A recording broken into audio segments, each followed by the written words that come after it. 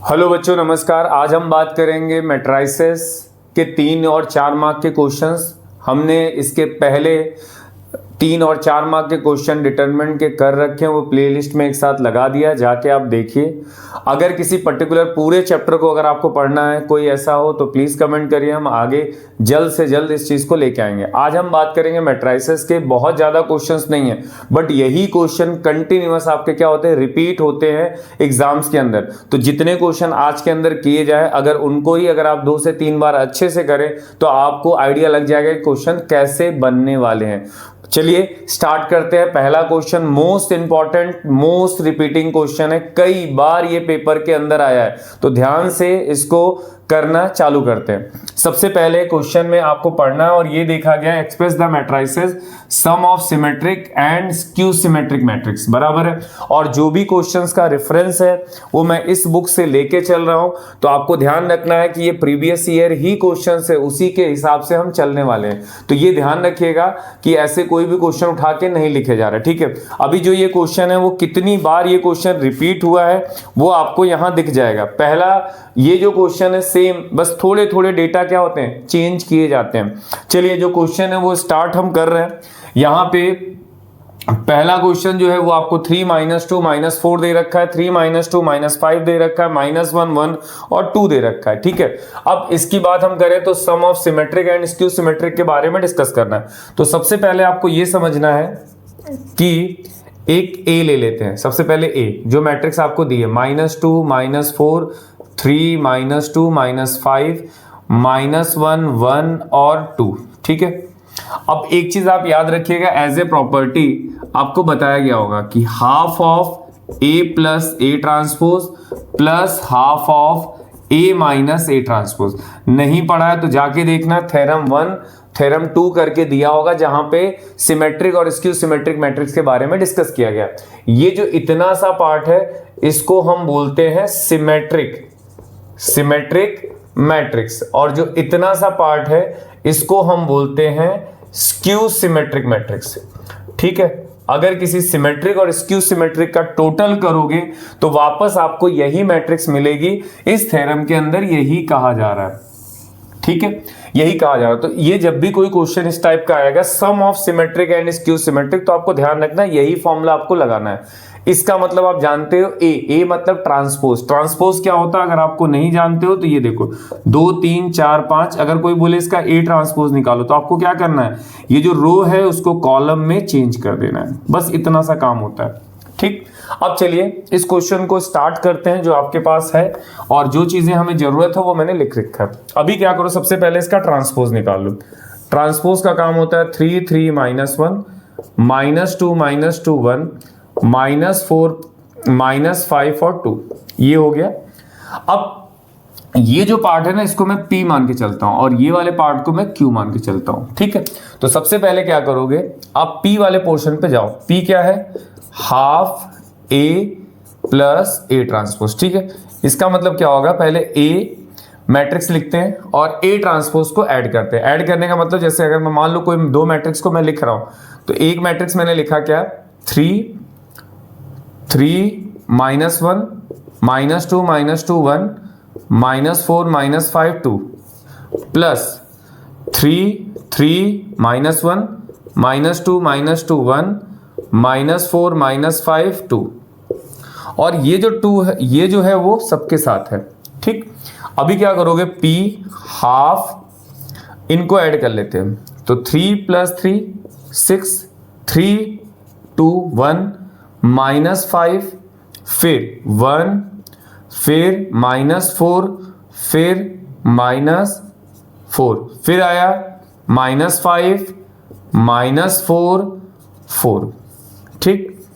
अब ये 1/2 अगर आपको अभी लेना तो अभी लो, नहीं तो ऐसे ही रखो अभी, ठीक है, जैसे आपको ठीक लगे। अब आते हैं Q पे। Q क्या है, half of A minus A transpose, मतलब हाफ एक मैट्रिक्स A की वैल्यू 3 3 -1, फिर उसके बाद आता -2 -2 1, फिर आता -4 -5 2, और इसके साथ आपका माइनस क्या है, 3 3 -1 -2 -2 1 -4 -5 और 2। ठीक, ये आपका ऐसा है। अब क्या करो, इसको जरा सॉल्व करो। हाफ, दो टर्म 3 - 3 0। अगर मैं इसको ले जाऊं तो ये कितना आएगा 5। फिर मैं यहां पे जाता हूं, ये 4 है मतलब 3। इसको सॉल्व किया -5, इनको सॉल्व किया 0, फिर इसको सॉल्व किया -4। ठीक है, ओके, माइनस नहीं, सॉरी -4 नहीं, 6। फिर यहां पे आओ, इसको और इसको सॉल्व किया -3, इसको और इसको सॉल्व किया -6, और इसको और इसको सॉल्व किया तो 0। ठीक, और ये साथ में आपका चल रहा है। अब इन दोनों ही मैट्रिक्स का अगर टोटल करते हो, दोनों ही मैट्रिक्स का अगर टोटल करते हो तो वापस आपको जो ये दी गई मैट्रिक्स है वो मिलनी चाहिए। तो यहां पे क्या करते हैं, ये किसको दिखा रहा है बेटा, सिमेट्रिक को। किसको, सिमेट्रिक मैट्रिक्स को। और ये किसको दिखाता है, स्क्यू सिमेट्रिक मैट्रिक्स को, स्क्यू सिमेट्रिक मैट्रिक्स। ठीक है, अब इन दोनों का एडिशन करो, एक को P लिया और एक को Q लिया। पूरे टर्म से 1/2 1/2 बाहर कर लो। ठीक है, 1/2 1/2 बाहर कर लिया। 6 1 -5 1 -4 -4 -5 -4 4। फिर यहां पे आओ, ये 1/2 बाहर है, प्लस 0 -5 -3 5 0 -6 3 6 0। अब इनको ऐड करके देखो एक बार। जैसे ही आप ऐड करोगे, ये वाला पोर्शन यहां पे देख रहा हूं, तो क्या मिलेगा, हाफ, इनको और इनको ऐड करोगे 6, इनको ऐड किया 6, इनको और इनको ऐड किया इनको और इनको ऐड किया तो -2। फिर यहां पे आओ, इनको और इनको ऐड किया तो -4, इसको और इसको ऐड किया तो ये भी -4, ये -4 और ये 6, तो कितना आ गया 2। फिर यहाँ पे आओ, ये -4 -3 कितना आ गया -8, -4 -6 कितना -10 और 4। सही, इस पूरे टर्म को 2 से डिवाइड कर लो तो क्या आएगा, 3 -2 -4, अंदर ले जाओगे, ये 3, ये -2, ये -5, ये -1 1 और 2। अब इसको देखो, जो इसको आपने सॉल्व किया होगा, लास्ट में उसका रिजल्ट क्या आया, लास्ट में रिजल्ट क्या आया, ये रिजल्ट देखो, 3 3 3 3 -1 -2 -2 1 -4 -5 2। तो यहां पे हमने सबसे पहले क्या निकाला, एक सिमेट्रिक मैट्रिक्स निकाला। उसके बाद हमने क्या निकाला है कि स्क्यू सिमेट्रिक मैट्रिक्स निकाला, और उन दोनों का जो सम करोगे वापस ये वाली मैट्रिक्स आनी चाहिए। इस केस में जब भी ऐसा क्वेश्चन आएगा तो आपको यही प्रोसेस यूज करना, कुछ एक्स्ट्रा नहीं करना। और ये क्वेश्चन कई बार आया है, कई बार मतलब अगर हम जितना इस पे वेरी इंपॉर्टेंट लगाए उतना कम है, कई बार आया है। तो आपको क्या करना है, सिंपल सा, कभी 3 मार्क में, कभी 4 मार्क में, कभी 3 मार्क में, कभी 4 मार्क में ये क्वेश्चन कंटिन्यूअस पूछे गए। ठीक है, चलिए अगला क्वेश्चन देखते हैं। आई होप कि ये समझ में आएगा। अगर ऐसा कोई भी क्वेश्चन आता है तो एक सिंपल सा फॉर्मूला आपको लगाना है, इसके अलावा आपको कुछ भी लगाने की जरूरत नहीं है। ठीक है, चलिए नेक्स्ट क्वेश्चन देखते हैं। पर भी मैं वेरी इंपॉर्टेंट लगा देता हूं, ठीक है। और क्वेश्चन में अच्छा खासा कैलकुलेशन है, तो ध्यान रखना, घबराने की जरूरत नहीं है। क्वेश्चन को 1 से 2 बार प्रैक्टिस करोगे समझ में आ जाएगा, बट छोड़ नहीं सकते, गिव अप नहीं कर सकते, क्योंकि क्वेश्चन इसी टाइप के ही पूछे जाते हैं। गुजरात बोर्ड मतलब बड़े क्वेश्चंस की प्रैक्टिस आपको करनी पड़ेगी। इसी टाइप के क्वेश्चंस डायरेक्टली पूछे गए आपको, तो ध्यान रखना, 1 से 2 बार ट्राई करना, छोड़ना मत। ठीक है, कभी कभार ऐसी सिचुएशन आ जाती है कि हमें छोड़े हुए क्वेश्चंस उसके अंदर आ गए और पता चला 6 क्वेश्चन में हमें 3 या 4 तो आ ही नहीं रहे। तो इसलिए ये कोशिश मत करना, सारा अटेम्प्ट करो, सारा ट्राई करो, लास्ट में क्या होता है वो देखा जाएगा। बट अभी स्टार्ट करिए। सबसे पहले जो क्वेश्चन है उसमें सबसे पहले हम आते हैं, और हमको ये LHS और ये RHS, तो मैं सबसे पहले LHS को एक बार देख लेता हूं। क्या लिखा उसने, I + A। I आप जानते हो 2 × 2 की मैट्रिक्स है, तो ये लिख दिया, प्लस 0 10 θ/2 -10 θ/2 0। अगर मैं I + A को ऐड करूं तो ये 1 -10 θ/2 10 θ/2 1 आ गया। ये हो गया LHS। अब पहुंचते हैं RHS पे। RHS में सबसे पहले I माइनस ए है, मतलब 1001 minus 0 tan theta by 2 minus tan theta by 2 0। ठीक, उसके साथ कुछ मल्टीप्लाई है, वो अभी हम देखते हैं। ठीक है, तो पहले I माइनस ए निकाल लें, फिर देखेंगे। ये 1 माइनस माइनस प्लस, फिर ये हो जाएगा माइनस tan थीटा बाई 2 और ये 1 आ गया। अब क्या करोगे, I माइनस ए के साथ मल्टीप्लाई है cos theta minus sine theta और कॉस थीटा। आई होप कि ये देख रहे होगे आप, यहां पे देखो लिखा है, ये चीज आपको दे रखी है।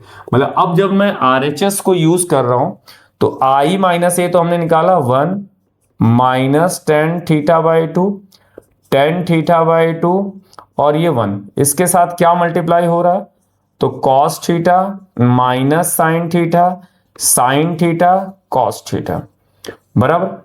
अब आपका काम सिर्फ और सिर्फ इतना है कि इन दोनों को मल्टीप्लाई करके ये वाला जो पार्ट आया है इसके बराबर लेके आना है। इतना ही काम तो है, इतना ही काम तो करना अपने को। तो देखो मल्टीप्लाई का सीन, ये टर्म इनके साथ और यही टर्म इनके साथ, क्लियर। मल्टीप्लाई करना, सेम चीज इसके साथ करेंगे अपन, ये वाला टर्म इनके साथ और इनके साथ। तो क्या होगा, यहां पे अगर मैं जाऊं तो कॉस थीटा ये plus tan theta by 2 into sine theta. अगला ये टर्म इसके साथ तो minus sine theta plus cos theta tan theta by 2। अब आते हैं आगे, minus tan theta by 2 into cos theta plus sine theta. आगे आते हैं, ये वाला टर्म इसके साथ प्लस हो जाएगा sine tan theta by 2 plus cos theta. I hope कि ये सब मल्टीप्लाई हो गया। ये वाला इनके साथ, बीच में साइन प्लस का आता लगा दिया, ये वाला टर्म इसके साथ प्लस और माइनस माइनस लगा दिया, फिर ये वाला पार्ट इसके साथ लिख दिया, फिर ये टर्म इसके साथ और ये टर्म इसके साथ, क्लियर। अब यहां पे आपको दो चीजें करनी है। दो चीजें कौन कौन सी, ये जो दिख रहा है ये और ये, इन दोनों का फॉर्मूला आपको 10 के टर्म में लेके आना। क्या होता है, तो यहां लिखता हूं कॉस, देखिए कॉस 2 थीटा का फॉर्मूला आपने सुना है, बट ये थीटा है मतलब हाफ एंगल लगेगा। क्या लिखोगे, tan square theta by 2 upon 1 plus tan square theta by 2। इसी तरीके से अगर आपको साइन थीटा का फॉर्मूला इन टर्म्स ऑफ 10 चाहिए तो ये भी एक हाफ एंगल का फॉर्मूला होता है। आई होप कि आप जानते हो, ठीक है। अगर किसी को लगे नहीं यार साइन 2 थीटा का फॉर्मूला तो ये होता है, भाई तो वो 2 थीटा है इसलिए एंगल आधा होता है, यहां पे हम आधा यूज कर रहे हैं, ठीक है। ये सुना होगा आपने, वही फॉर्मूला यहां पे लगना है। कहां कहां लगना है, जहां जहां साइन है, जहां जहां कॉस है, जहां जहां साइन है वहां जहां जहां कॉस है, उसके अलावा कहीं नहीं, ठीक है। और अपनी कैलकुलेशन के लिए, सिर्फ कैलकुलेशन के लिए मैं यहां पे जहां पे 10 लिखा है ना, tan थीटा बाई 2 लिखा है ना, उसकी जगह मैं t यूज करूंगा, बाद में मैं रिप्लेस कर लूंगा, बाद में मैं रिप्लेस कर दूंगा, ठीक है। अब फॉर्मूले में जाते हैं। क्या फॉर्मूला है देखो, सबसे पहले हम कॉस वाले में जाते हैं। कॉस का फॉर्मूला है 1 minus tan square theta by 2 upon 1 plus tan square theta by 2, फिर tan थीटा बाई 2, इसका आएगा 2 tan theta by 2 upon 1 plus tan square theta by 2। वापस वाले में जाते हैं, यहां पे इस वाले पार्ट में। तो इस वाले पार्ट में अगर थोड़ा सा अगर देखो आप, थोड़ी सी जगह ले लेते हैं क्योंकि शायद ये पूरा साथ में हो जाएगा, इसलिए थोड़ा सा बाहर की तरफ रख के लिखते हैं। ये पूरा पोर्शन एक तरफ का है। अब देखो इस वाले पार्ट को cos 2 थीटा तो डायरेक्टली t से स्टार्ट करते हैं, 1 minus T square upon 1 plus T square, ठीक। यहां पे tan थीटा बाई 2 को t लिया है, फिर 2t upon 1 plus T square, ठीक। अब यहां आ जाओ, minus 2t upon 1 plus T square, फिर यहां पे हो 1 minus T square upon 1 plus T square और ये हो गया टी हो गया। आयु की बात समझ में आ रही हो कि हमने फॉर्मूला तो वही लगाया, बट जहां पे मुझे tan थीटा बाई 2 दिख रहा है उसकी प्लेस पे मैंने टी ले लिया। क्यों? थोड़ा सा कैलकुलेशन अच्छा हो जाएगा और जगह कम लेगा। ठीक है, वापस नीचे वाले में हूं, ये T 1 minus T square upon 1 plus T square, यहां पे जाते हैं 2t upon 1 plus T square, आगे 2t upon 1 plus T square और ये t, फिर 1 minus T square upon 1 plus T square. सही, ओवरऑल सब जगह जहां जहां जरूरत है वहां सब वैल्यू रख दी।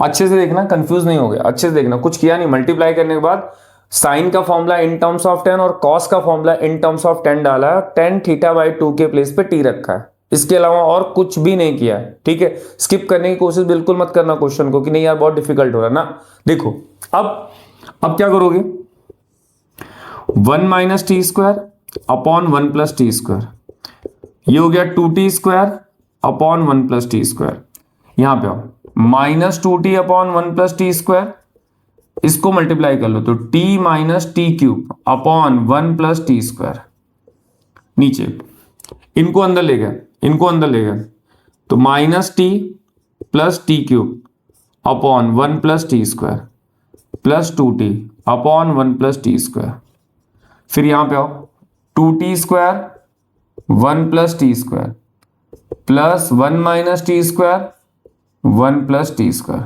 सही, अब पूरे टर्म का एलसीएम क्या आएगा, तो यहां पे आएगा 1 प्लस टी स्क्वायर, जब एलसीएम लोगे तो 1 minus T square plus 2t square. यहां पे आओ, यहां पे अगर जाके देखें तो 1 plus T square minus 2t T minus T cube. ठीक है, इसके बाद नेक्स्ट यहां पे आते हैं, यहां पे भी एलसीएम क्या आएगा 1 प्लस टी स्क्वायर और minus T cube plus 2t। यहां पे भी एलसीएम सेम ही आएगा क्योंकि डिनोमिनेटर सबका सेम है, तो एलसीएम में कोई दिक्कत आने वाली नहीं है। ठीक है, सब जगह सेम एलसीएम हमने लिया। अब अच्छे से देखो, ये टर्म और ये टर्म सेम है बट माइनस होगा, तो क्या हो गया यहां पे देखो 1 प्लस टी स्क्वायर, नीचे 1 प्लस टी स्क्वायर, नीचे आ जाओ, इनको और इनको माइनस करोगे क्योंकि ये दोनों सेम है, तो minus T cube upon 1 plus T square. यहां पे आ जाओ, यहां पे अगर आप जाओगे तो T cube plus T upon 1 plus T square, यहां पे जाओगे इन दोनों को माइनस कर लो, T square plus 1 upon T square plus 1। बहुत अच्छे से देखना, कुछ भी इसमें मगजमारी वाला काम नहीं है। ये टर्म और ये टर्म माइनस होंगे क्योंकि यहां पे 2 और यहां पे कुछ नहीं तो 1, माइनस होके क्या देंगे 1 देगा, तो 1 के प्लेस पे टी। अब बड़ा साइन किसका, माइनस का, तो यहां माइनस लगा दिया।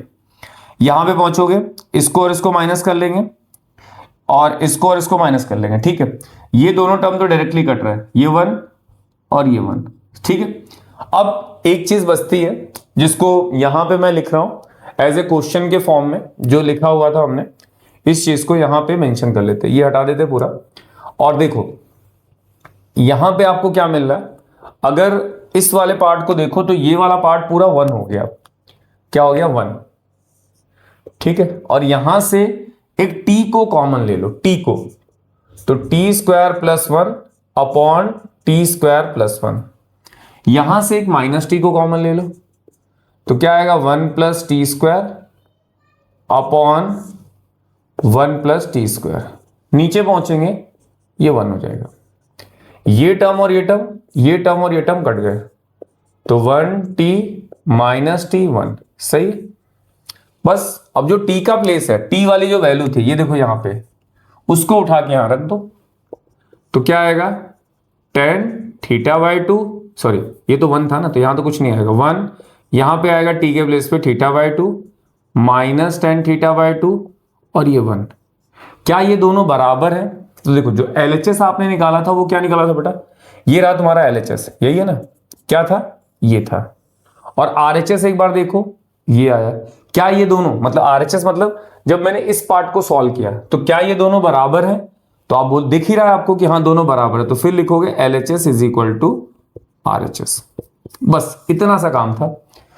कुछ काम नहीं। देखो इसमें एक और फॉर्मूला लग सकता है, बट मैं वहां नहीं जाना चाहता हूं, क्योंकि इसमें किसी में कॉस का हाफ एंगल लगाते हैं, इसमें साइन का लगाते हैं, जरूरत नहीं।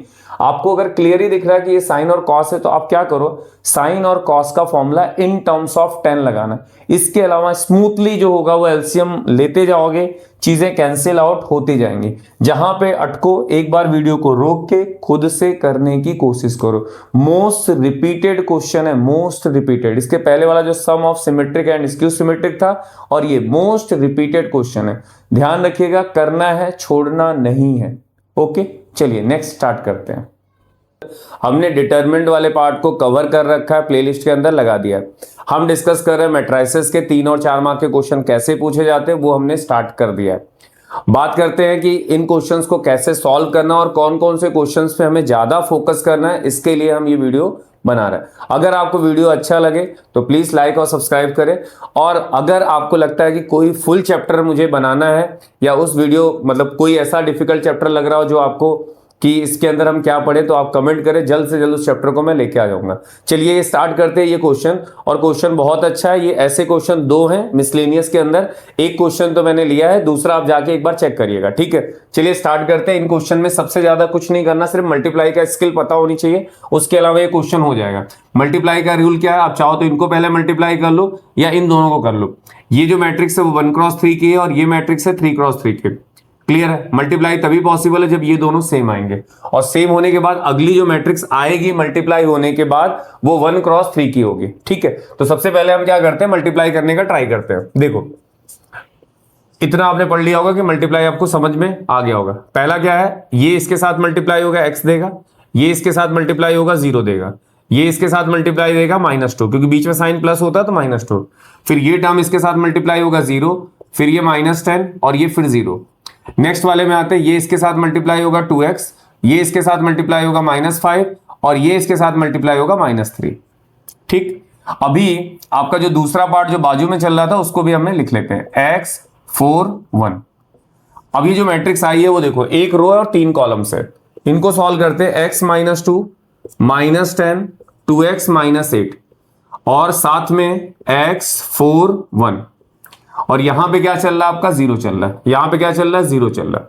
अब ये वाला पार्ट फिर इसके साथ मल्टीप्लाई होगा, तो क्या होगा, x² -2x, फिर ये इसके साथ -40, फिर 2x -8 इक्वल टू में क्या है 0।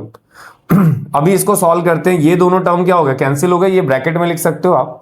तो x² -48 इक्वल टू 0, ये टर्म को इस साइड लेके जाओ तो 0 + 48, अगर मैं इनको सॉल्व करूं तो √48 आएगा, और प्लस और माइनस। 48 को आप क्या लिख सकते हो वो आपको बस देखना है। जैसे 48 है, 48 को आपने 2 से डिवाइड किया तो 24, फिर 2 से डिवाइड किया 12, फिर 2 से डिवाइड किया 6, फिर 2 से डिवाइड किया फिर 3, ये 2 का पेयर और ये 2 का पेयर, तो 4√3, मतलब x की जो वैल्यू आ गई वो +-4√3। बस इतना सा सिंपल क्वेश्चन था। कितने मार्क का, 4 मार्क का। कितने मार्क का, 4 मार्क का। तो ध्यान रखिए, एक क्वेश्चन और होगा मिसलेनियस के अंदर, जाके उसको जरूर करिएगा। चलिए नेक्स्ट क्वेश्चन स्टार्ट करते हैं। ओके, आई होप समझ। अभी ये जो क्वेश्चन बोर्ड पे लिखा हुआ है ये 3 मार्क का क्वेश्चन। आप सोचिए 3 मार्क में ऐसा क्या है जो पूछा गया है, 3 मार्क का क्वेश्चन। चलिए स्टार्ट करके देखते हैं। सबसे पहले तो आपको ये देखना है कि उसने वेरीफाई बोला है। वेरीफाई का मतलब एक ए दिया और एक क्या दिया, बी दिया। डैश का मतलब आप जानते हो ट्रांसपोज है। तो सबसे पहले आपको क्या करना है, यहां पे पहले ये देख लो कि ये कितने क्रॉस की मैट्रिक्स है। 1 3 रो और 1 कॉलम, इसमें 1 रो 3 कॉलम मल्टीप्लाई होगा, हाँ होगा। कितने क्रॉस की मैट्रिक्स बनेगी वो देखो, 3x3 की। कैसे मल्टीप्लाई होगा देखिए, पहले ए और बी का करते हैं। ये वाला टर्म इसके साथ गया -1, यही वाला टर्म इसके साथ गया 2, यही वाला टर्म इसके साथ गया 1। ठीक, 3x3 होना। फिर ये वाला टर्म इनके साथ तो 4, फिर ये वाला टर्म इसके साथ -8, फिर ये वाला टर्म इसके साथ -4, फिर -3 6 3। ठीक, ये आपने क्या किया, 2 मैट्रिक्स को मल्टीप्लाई किया, जिसको A × B बोलोगे, बराबर। अब उसने क्या बोला कि इसका ट्रांसपोज ले लो। ट्रांसपोज का मतलब क्या हुआ, रो इज इंटरचेंजिंग कॉलम, -1 2 1, 4 -8 -4, -3 6 और 3, ठीक, अब आते हैं आगे। ये हो गया LHS का पार्ट। अब पहुंचते हैं RHS पे। RHS में क्या है देखो, RHS में सबसे पहले B दिया है तो B का ट्रांसपोज कर लेते हैं, -1 2 और 1। फिर क्या करेंगे, A का ट्रांसपोज करेंगे, 1 -4 3। अब इन दोनों को क्या करना है, RHS वाले पार्ट को सॉल्व करना है। तो B और A, B की वैल्यू कितनी है, -1 2 1। इसके साथ A की वैल्यू क्या है, 1 -4 3। और ये वाले पार्ट को मल्टीप्लाई करना है। ये मैट्रिक्स कितने क्रॉस की है, 1 2 3 3 क्रॉस 1। ये मैट्रिक्स कितने क्रॉस की है, 1 क्रॉस 3 की। इनको अगर देखोगे तो अगली जो मैट्रिक्स आएगी वो कितनी आएगी, 3 क्रॉस 3 की। तो B A मल्टीप्लाई करिए, ये इनके साथ गया -1, ये इसके साथ गया 4, ये इसके साथ गया -3, फिर 2 -8 6, फिर 1 -4 3। अब दोनों को मैच करो, दोनों सेम दिख रहे हैं, ये और ये टर्म अगर सेम आ रहा है तो फिर क्या हुआ, जो आपको वेरीफाई करने के लिए दिया है वो हो गया। LHS = RHS। आई होप कि ये सिंपल क्वेश्चन था, कोई दिक्कत नहीं, ट्रांसपोज करना आना चाहिए, मल्टीप्लाई हो जाएगा। बेस्ड क्वेश्चन है, सिंपल सा मल्टीप्लाई करना और x y z की वैल्यू आपको निकालनी है। क्वेश्चन की जो कंडीशन है पहले वो देख लो आप कि कंडीशन क्या है। तो A ट्रांसपोज A = I। सबसे पहले A ट्रांसपोज आपको निकालना है। ट्रांसपोज का मतलब क्या हुआ, 0 2y z x y - z x - y z और A × A ट्रांसपोज, मतलब मैं इनको ऐसे ले रहा हूं। तो A ट्रांसपोज क्या है, 0 2y z x y - z x - y z। और फिर A की वैल्यू क्या है, 0 x x 2y y - y z - z z। और साथ में चल रहा I मतलब आइडेंटिटी मैट्रिक्स आपको दे रखी है। आइडेंटिटी ये आपकी एक मैट्रिक्स है। सबसे पहले आप क्या करोगे, इनको मल्टीप्लाई करोगे। मल्टीप्लाई का रूल यही होता है, ये इनके साथ, फिर यही इसके साथ और फिर ये इसके साथ। तो ओवरऑल क्या होगा देखो, सबसे पहला पार्ट आता है 0 x², अगला 0 xy - xy, फिर अगला 0 zx। ठीक है, फिर नेक्स्ट आता है 0 xy - xy, फिर 4y² + y², फिर आता है 2yz - yz। नेक्स्ट 0 xz, फिर 2yz yz - yz। Next z² + z² = 1 0 0 0 1 0 0 0 1। अगर मैं इस पार्ट को देखूं तो मेरे को क्या मिल रहा है, 2x², ये पूरा टर्म कैंसिल, ये पूरा टर्म कैंसिल, ये पूरा टर्म कैंसिल। फिर यहां पे आओ, ये हो जाएगा 6y², ये 2yz और ये माइनस का 2yz 0, यहां पे भी 0, यहां पे आओगे 0, यहां पे आओगे तो ये 3z²। इसका मतलब ओवरऑल सब क्या है आपके, बस आपके प्रिंसिपल जो डायगोनल है उनकी वैल्यूज अवेलेबल है। बस आपको कंपेयर करना है। कंपेयर का मतलब क्या हुआ कि ये वाला पार्ट इस वाले पार्ट के साथ, ये वाला पार्ट इस वाले पार्ट के साथ, ये वाला पार्ट इस वाले पार्ट के साथ। तो क्या आएगा, 2x² = 1 मीन्स x² = 1/2। इसके ऊपर क्या करोगे, रूट डाल दोगे, प्लस और माइनस, मीन्स x की जो वैल्यू आएगी वो 1/√2 प्लस माइनस। पहला पार्ट तो ये हो गया। वैसे ही दूसरे में जाएंगे तो क्या होगा, 6y² = 1, मतलब y² = 1/6। इसके ऊपर रूट रख देते हैं, प्लस और माइनस, तो y की वैल्यू 1/√6 प्लस और माइनस। लास्ट वाला बचता है ये, इससे इक्वेट करेंगे तो 3z² = 1, z² = 1/3, z की वैल्यू प्लस माइनस 1/√3। तो ये तीन आपके एक्स वाई जेड के आंसर से। कुछ नहीं करना है, नॉर्मली ट्रांसपोज लेना है, दोनों टर्म को मल्टीप्लाई करना है और आई के साथ क्या करना है, इक्वेट कर लेना। क्लियर हो गया होगा क्वेश्चन? तैयार रहना, अगर इस टाइप का क्वेश्चन आता है तो कैसे निकालेंगे। चलिए नेक्स्ट क्वेश्चन देखते हैं। तो आपको ध्यान रखना है इस क्वेश्चन में उसने फाइंड द डी मैट्रिक्स आपसे पूछा है, C D minus A B is equal to 0। तो सबसे पहले क्या करो, जो डी मैट्रिक्स है ना उसको आपको लेट करना पड़ेगा। सबसे पहला प्रोसेस तो ये होगा कि डी मैट्रिक्स हमें पता नहीं है, ये मैट्रिक्स है 2x2 की, ये भी मैट्रिक्स है 2x2 की, ये भी मैट्रिक्स है 2x2 की। तो मैं क्या करता हूँ, डी को भी 2x2 ले लेता हूँ, ए बी सी और डी। ठीक है, अब क्या करोगे, क्या लिखा है, C D minus A B. C की वैल्यू क्या है, 2 3 5 8। डी की वैल्यू क्या है, ए सी बी डी माइनस ए की वैल्यू क्या है, 2 3 माइनस 1 4। फिर बी की वैल्यू क्या है, 5 7 2 4 इक्वल टू में क्या चल रहा है, 0। ठीक है, अभी क्या करो, इसको मल्टीप्लाई करो तो क्या आएगा, 2a 5c 2b 5d फिर 3a 8c फिर 3b 8d माइनस इसको 10 10 इसको इसके साथ -7 फिर 4 -4 15 28 फिर 6 16 इक्वल टू 0। ठीक है, 5 10 -7 4 -4 15 28 6 और 16।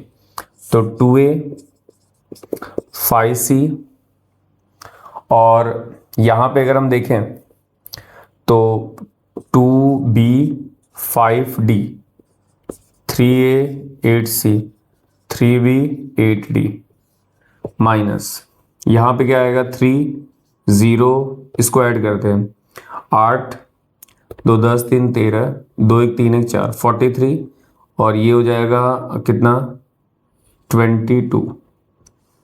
सही, 6 4 10 और 2 12। अभी क्या करो, इक्वल टू में क्या चल रहा है, 0 चल रहा है। इसका मतलब क्या होगा, 2a प्लस 5c -3 फिर 2b प्लस 5d फिर 3a प्लस 8c -43 फिर 3b plus 8d -22 equal to में क्या चल रहा है, 0। 0 को एक जीरो मैट्रिक्स मान के चलो ऐसे। अब कंपेयर कर लो, ये जो पहला पार्ट है इस पहले पार्ट के साथ इक्वेट करो तो 2a 5c minus equal to 0। फिर ये वाला पार्ट इस 0 के साथ इक्वेट करोगे, 3a plus 8c minus 43 equal to 0। तो 2a plus 5c equal to 3, ये पहली equation. 3a plus 8c equal to 43, ये हो गई दूसरी इक्वेशन। फिर आते हैं 2b plus 5d equal to 0, ये हो गई थर्ड। और फिर आएगा यहाँ पे 3b plus 8d minus 22 equal to 0 और 3b प्लस 8d इसको इस साइड भेज दो, ये फोर्थ इक्वेशन आ गया। पहली और दूसरी को सॉल्व कर लो तो आपको a और c मिल जाएगा। थर्ड और फोर्थ को सॉल्व कर लो तो आपको क्या मिल जाएगा, b और d मिल जाएगा। तो मैं 2 plus 5c equal to 3, 3a plus 8c equal to 43, ये पहला और ये दूसरा। ऊपर 3 नीचे 2 एलिमिनेशन, ऊपर 3 नीचे 2 एलिमिनेशन। a को मैं गैप करना चाहता हूँ तो 6a 15c 9 6a 16c और ये हो जाएगा कितना, 86। ठीक है, अब माइनस माइनस माइनस ये कैंसिल हो गया, इसको सॉल्व करते हैं तो -c, इसको माइनस कर लो, ये कितना है 16, 16 में 9 जाएगा तो ये 7 हो गया और यहाँ पे भी 7, माइनस माइनस कट गया तो c की जो वैल्यू आ गई वो 77 आ गई। अब इक्वेशन फर्स्ट में जाओ, ये वैल्यू रख दो, थोड़ी सी जगह अपने को लेनी है तो यहाँ पे ले लेते हैं। ये वाला पार्ट आई थिंक समझ गए होगे, तो इसको हटा देते हैं, डी रखते हैं क्योंकि डी की जरूरत है अपने पास, तो ये हटा दिया पूरा। अभी नेक्स्ट पार्ट आता है आपका सी, आपको निकल गया, किसी एक इक्वेशन में डाल दो, चाहे इक्वेशन फर्स्ट में डाल दो या इक्वेशन सेकंड में डाल दो। तो फर्स्ट में डालते हैं 2a + 5c 3, c की वैल्यू कितनी है, ये हो गया 77, 2a मल्टीप्लाई किया 3 और ये कितना हो 35 3 38 और ये 3, तो 2a = 3 - 385, तो 2a = -382, तो a क्या आ जाएगा -382 डिवाइडेड बाय 2, इसको कट कर लेते हैं 1, फिर 1 हो गया, फिर कितना होगा 9 और 1, मतलब a की वैल्यू आई 191, चेक कर लेना बड़ी वैल्यू है कुछ। अब आते हैं equation third and equation number 4 पे। इक्वेशन थर्ड क्या है, 2b + 5d = 0, अगला आता है 3b + 8d = 22, ये थर्ड है और ये क्या है फोर्थ, ऊपर 3 से नीचे 2 से मल्टीप्लाई कर लो, तो क्या आ जाएगा 6b 15d = 0, 6b 16d = 44, sign change कर दो, माइनस माइनस माइनस, ये कट गया, -d = -4, तो d की वैल्यू आ गई 44, ये वैल्यू उठा के किसी थर्ड इक्वेशन में डाल दो, तो 2b + 5d = 0, ये इधर लेके आए, तो 5 × 44 = 0, तो 2b = 20 और ये कितना हो गया 22, इक्वल टू में 0, तो 2b = 0 - 220, तो 220, अब b की वैल्यू क्या आएगी -220 डिवाइड बाई 2 0, तो b की जो वैल्यू आ गई -110, ये आपको मिला a b c d। आप क्या करोगे, d की वैल्यू अगर चाहिए आपको तो d वाला जो पार्ट है वहां बस रिप्लेस कर दो, a की वैल्यू 191, b की वैल्यू तुमने कितनी निकाली है -110, c की वैल्यू कितनी निकाली है तो 77 दिख रहा है, और d कितना निकाला आपने 44, मे बी ये आपका आंसर होना चाहिए। तो जब भी ऐसे कोई क्वेश्चंस होंगे जिसमें एक मैट्रिक्स अननोन है, तो ऐसी मैट्रिक्स को चूज करना जिसका मल्टीप्लाई हो सके, ये ध्यान रखना।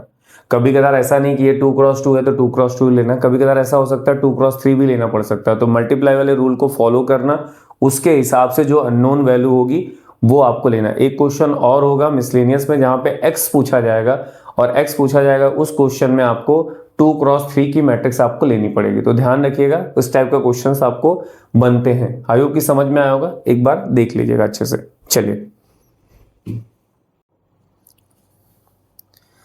देखिए, ये क्वेश्चन जो है आज की सीरीज में ही हमने किया है, बट इसमें पूछने का जो तरीका है ना वो चेंज हो गया। अगर इस तरीके से अगर जाओगे तो काफी समय लगेगा इस क्वेश्चन को सॉल्व करने में, तो इसमें एक छोटा सा काम आप कर लो, बेटर रहेगा। और जब भी आगे कोई क्वेश्चन दिखेगा तो ध्यान रखना, जैसे A ट्रांसपोज = -A दे रखा है, A इनवर्स दे रखा, तो अभी ये क्या कहना चाह रहा है, अगर इसके हिसाब से जाओगे तो बोलेगा पहले ट्रांसपोज निकालो, फिर इनवर्स निकालो, दोनों को बराबर करो, फिर x और y की वैल्यू निकालो, जो बहुत बड़ा हो जाएगा। तो इसमें एक सिंपल सा काम करो कि a से मल्टीप्लाई कर लो दोनों साइड, सुना है, तो ये हो जाएगा a × A ट्रांसपोज, और यहां पे एक प्रॉपर्टी होती है A इनवर्स × A ऑलवेज क्या देता है, I देता है, ठीक है, तो ये वाला पार्ट I हो गया। अब ये क्वेश्चन पुराना हो गया जो आज की क्लास में ही हमने डिस्कस किया है, बस सेम प्रोसेस सेम है, मल्टीप्लाई करना, x y z की वैल्यू निकाल लेना। मतलब अगर बस ये आपको एक्स्ट्रा किया गया है, इसके अलावा तो सब सेम है। जैसे A ट्रांसपोज तुमने निकाला तो A ट्रांसपोज क्या हो जाएगा 0 2yz, फिर x y - z, फिर x - yz, ठीक है, किसके साथ मल्टीप्लाई हो रहा है, A × A ट्रांसपोज के साथ, तो A क्या है 0x x 2y y - y z - z z, ठीक है।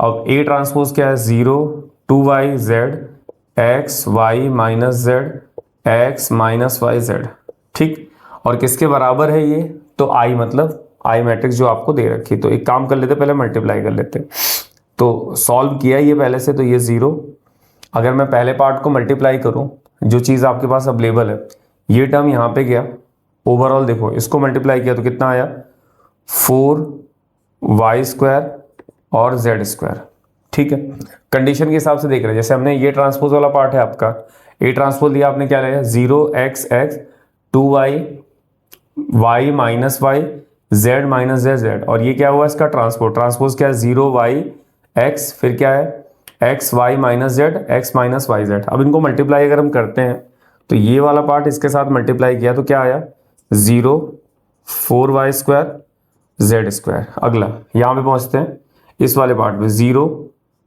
2, इस वाले पार्ट को और इस वाले पार्ट को मल्टीप्लाई करो तो 0 फिर 2y² माइनस z²। हाँ, इसको मल्टीप्लाई करते हैं, फिर आते हैं यहाँ पे अगले वाले पार्ट में पहुंचते हैं। अगले वाले पार्ट में अगर जाओगे तो 0 2y² प्लस माइनस z²। ठीक है, फिर यहाँ पे पहुंचो, कंडीशन देखना है ये वाला पार्ट इसके साथ मल्टीप्लाई हुआ, फिर 0, फिर क्या आएगा माइनस 2y² z²। ये पहला पार्ट है। नेक्स्ट वाले में जाते हैं 0 2y² minus z² x² y² plus z², x² y² plus z², फिर x² minus y² minus z², फिर नेक्स्ट 0 माइनस 2y², इसको मल्टीप्लाई किया जो नॉर्मली आपके पास टर्म है, इसको 0 माइनस 2y² प्लस z²। ठीक, next x² minus y² minus z², फिर next x² plus y² z²। Equal to में क्या चल रहा है 0 चल रहा है, तो 0 वाला जो पार्ट है उस वाले पार्ट में सॉरी आई चल रहा है, तो 1 0 0 0 1 0 0 0 1। कंपेयर कर लो, पहला आया 4y² z² इक्वल टू 1, ये वाला पार्ट इससे इक्वेट किया गया। एक और देख लो, क्योंकि y² z² वाला ही चाहिए तो मैं इसको इसके साथ इक्वेट करता हूं, तो 2y² minus z² equal to 0, ये पहली इक्वेशन और ये दूसरी हो गई।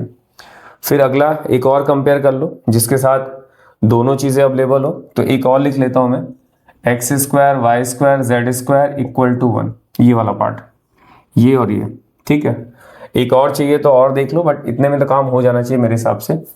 एलिमिनेशन लगा दो, ये तीसरा इक्वेशन ले लो, ये कट जाएगा तो 6y² इक्वल टू 1, तो y की वैल्यू 1/6, ये जो आएगा वो रूट पे आ जाएगा, तो प्लस और माइनस मतलब 1/√6, ये पहला पार्ट आ गया।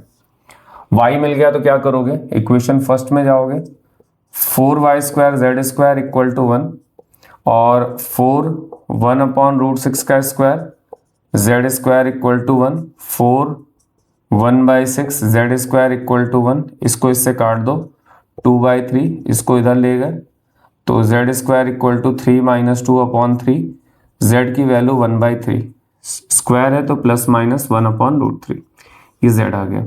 ठीक, y आ गया z आ गया। अब क्या करोगे, ये दोनों वैल्यू उठा के इक्वेशन थर्ड में रख दो। x की वैल्यू नहीं पता है, y की वैल्यू पता है 1/√6 और z की वैल्यू क्या है 1/√3 का स्क्वायर इक्वल टू 1 हो गया। x² 1/6 1/3 और ये 1, फिर क्या करोगे 1 1/6 माइनस 1/3 x², एलसीएम कितना आएगा 6 आएगा, 6 माइनस 1 3 2 जा 6, ये कितना देगा 6 माइनस 3/6, x² 3/6, इसको कट कर लो 1/3, इसके ऊपर रूट डाल दिया तो प्लस माइनस 1/√3। आई थिंक एक बार देख लेना आंसर की, अगर हम बात करें 3 2 जा 6 सॉरी, तो ये 2 आएगा, तो ये क्या आएगा 1/√2। ये इस टाइप का क्वेश्चन है, थोड़ा सा चेंज हुआ है क्योंकि पिछले वाले क्वेश्चन में डायरेक्टली आ रहा था, यहाँ पे अलग अलग वैल्यूज थी, मैंने उनको इक्वेट किया जो मेरे काम का, जैसे इसको इससे इक्वेट कर लिया, इसको इससे इक्वेट कर लिया, और आपको देखना तो देख सकते हैं, बट जब इनकी वैल्यू ओवरऑल डालोगे तो ऐसा ही कुछ मिलेगा कि डायगोनल में आपको 1 1 मिलेगा, उसके अलावा जितने भी पार्ट होंगे वो सब क्या हो जाएंगे 0 हो जाएंगे। आई होप कि ये क्लियर हुआ होगा। जो क्वेश्चन हमने किए हैं, अगर आप पेपर देखो 5 साल 7 साल का, तो इन्हीं क्वेश्चंस को बार बार रिपीट किया गया, तो आपको ध्यान रखना है इन्हीं क्वेश्चन में, बहुत ज्यादा बड़ा चैप्टर है नहीं मैट्रिसेस, इन्हीं क्वेश्चंस में से आपको इंपॉर्टेंट पूछेंगे। ठीक है, चलिए नेक्स्ट क्वेश्चन देखते हैं।